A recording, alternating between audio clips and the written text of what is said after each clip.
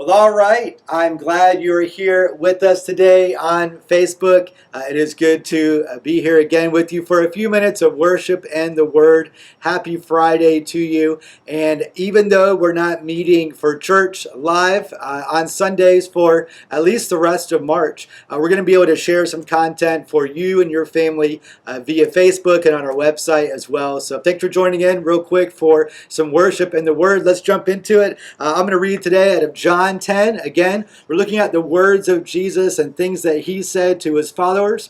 And we believe the Bible is not only timeless, but it's also timely. So it wasn't just what Jesus said back then for that audience. We believe that as we read it today, Jesus' words are for us today as well. And I believe, again, it's going to come out just the right time for you and for me. So John 10, it says this. Jesus says, I tell you the truth. Anyone who sneaks over the wall of a sheepfold rather than going to the gate must surely be a thief and a robber. But the one who enters through the gate is the shepherd of the sheep. The gatekeeper opens the gate for him, and the sheep recognize his voice and come to him. He calls his own sheep by name and leads them out. Now, most of us don't have sheep, but we can understand what it's like to have a house or to have a property that we own. If you're sneaking in through the window to get into your house, if you're kind of making a hole in the roof or breaking out the back door, you probably don't live there. Now, again, there might be a dire circumstance, but most people who enter houses that way don't have the key because they are not the owner. And so Jesus is saying, listen, I am the shepherd. I go into the gate. These are my sheep. This is my flock. I'm in charge. I'm in control. And when I get into the fold, my sheep know my voice. And so he says these things. And after he has gathered his own flock, the shepherd, he walks ahead of them and they follow him because they know his voice. They won't follow a stranger. They will run from him because they don't know his voice. And so the shepherd, in this illustration that Jesus is talking about, has a connection with the sheep. That there's a familiarity with the shepherd and the sheep. They know each other. He has been there before, and the sheep recognize his voice. If it's a stranger's voice, if it's a thief, if it's a wolf dressed up, if it's a voice they don't recognize trying to cause harm, the sheep run away. But the shepherd knows the sheep, and the sheep trust the shepherd. So there might have been some confusion, as we read in verse 6. Those who heard Jesus use this illustration didn't understand what he meant. So he explained it to them. I tell you the truth. I am the gate for the sheep, Jesus says. All who come before me were thieves and robbers, but the true sheep did not listen to them. So he's saying, listen, there were false prophets, there were false people who claimed they were from God, and they were fake. They jumped in over the fence trying to get a hold of the sheep. They tried to trick the sheep. They tried to harm the sheep. And I think we could even say, Jesus is saying those who came before, we can even say those who come after in the last 2,000 years who claim to be from God but are not from God. They are not real shepherds. They are fake shepherds. But the true sheep do not listen to these fake voices. Yes, I am the gate, Jesus says. Those who come in through me will be saved. They will come and go freely and will find good pastures. The thief's purpose is to steal and kill and destroy. My purpose is to give them a rich and satisfying life. And so once again, we realize that life comes through Jesus. Any other voice that claims to be of God or claims that there is no God, that is a voice that's trying to tear down and destroy and ruin lives, ruin other people, ruin people who would be willing to give their ears to follow and trust that teaching. Jesus says, if you listen to me, my purpose is to give all who follow me life, and life to the full. A rich and satisfying life, even in the midst of fear, even in the midst of anxiety. He says, listen, it's all about whose voice are you listening to. In verse 11, he says, I am the good shepherd. The good shepherd sacrifices his life for the sheep. A hired hand will run when he sees a wolf coming. He will abandon the sheep because they don't belong to him and he isn't their shepherd. So the wolf attacks them and scatters the flock. The hired hand runs away because he's working only for the money and doesn't really care about the sheep. Jesus says, I am the good shepherd. When anything else might try to take the place of me, it's going to fall apart. It won't last because it's going to look out and care for itself more than the sheep. Jesus says, as the good shepherd, he sacrifices his life for the sheep. He sacrifices his life for the flock that he loves and cares for. That would mean you and for me, people that are following Jesus. Jesus has given his life so that we would know his love, respond to his love, trust in his love, and trust in him as he speaks, as he leads, as he guides. He says once again in verse 16, I am the good shepherd. I know my sheep and they know me, just as my Father knows me and I know the Father. So I sacrifice my life for the sheep. And then he says this, again, timeless and timely. He's saying this then, but I believe this verse applies to us today. He says in verse 16, I have other sheep too that are not in this sheepfold. Okay, we could say again, not right in that audience as he's talking, or not part of the nation of Israel, God's chosen people that he set aside throughout the Old Testament. Now we see Jesus is expanding the mission beyond just Israel, literally to the whole world. He says, I must bring them also. They will listen to my voice, and there will be one flock with one shepherd.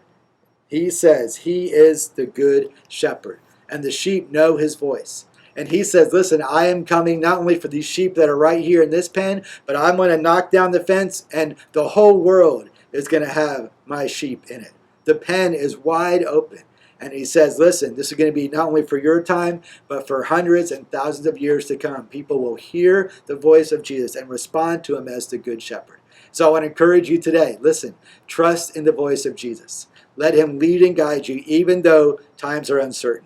Trust his voice and realize that he is leading us toward life. As you have your kids with you, teach them to hear and trust the voice of Jesus. Teach them and read them the word. As you have your grandkids with you, as you have your extended family with you, as you're around people again, and people are looking for hope and looking for help, point them to Jesus. His voice leads to life. He is the good shepherd. I love you guys. Let's worship a little bit, and we'll see you soon.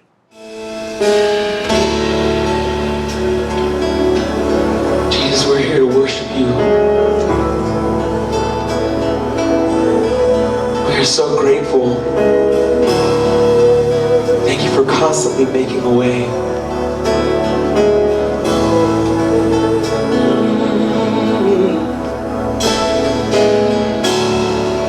Walking around these walls, I thought by now they fall, but you have never failed me yet.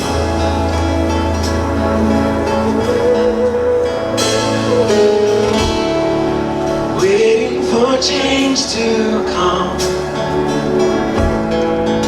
knowing the battle's won. For you have never failed me yet.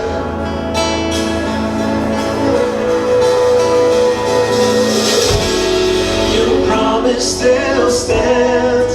Great is your faithfulness, your faithfulness. I'm still in your hands. This is my confidence.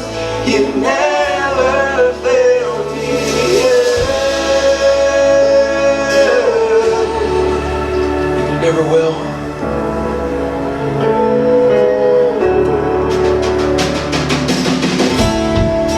I know the night won't last. Your word will come to pass. My heart will sing your praise again. Oh,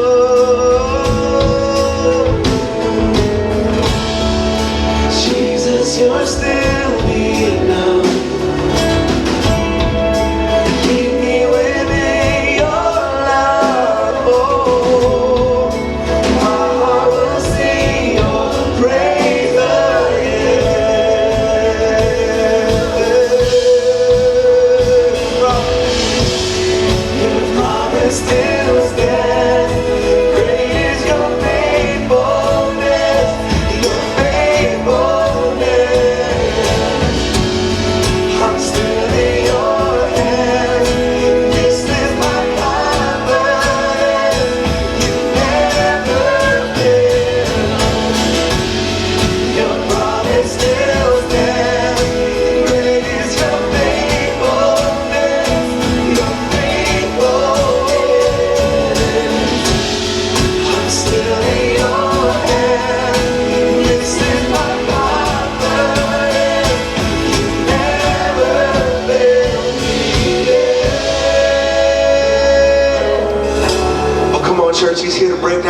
warriors today.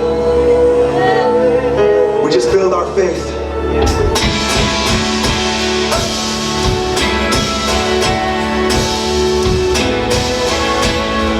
Let your faith rise.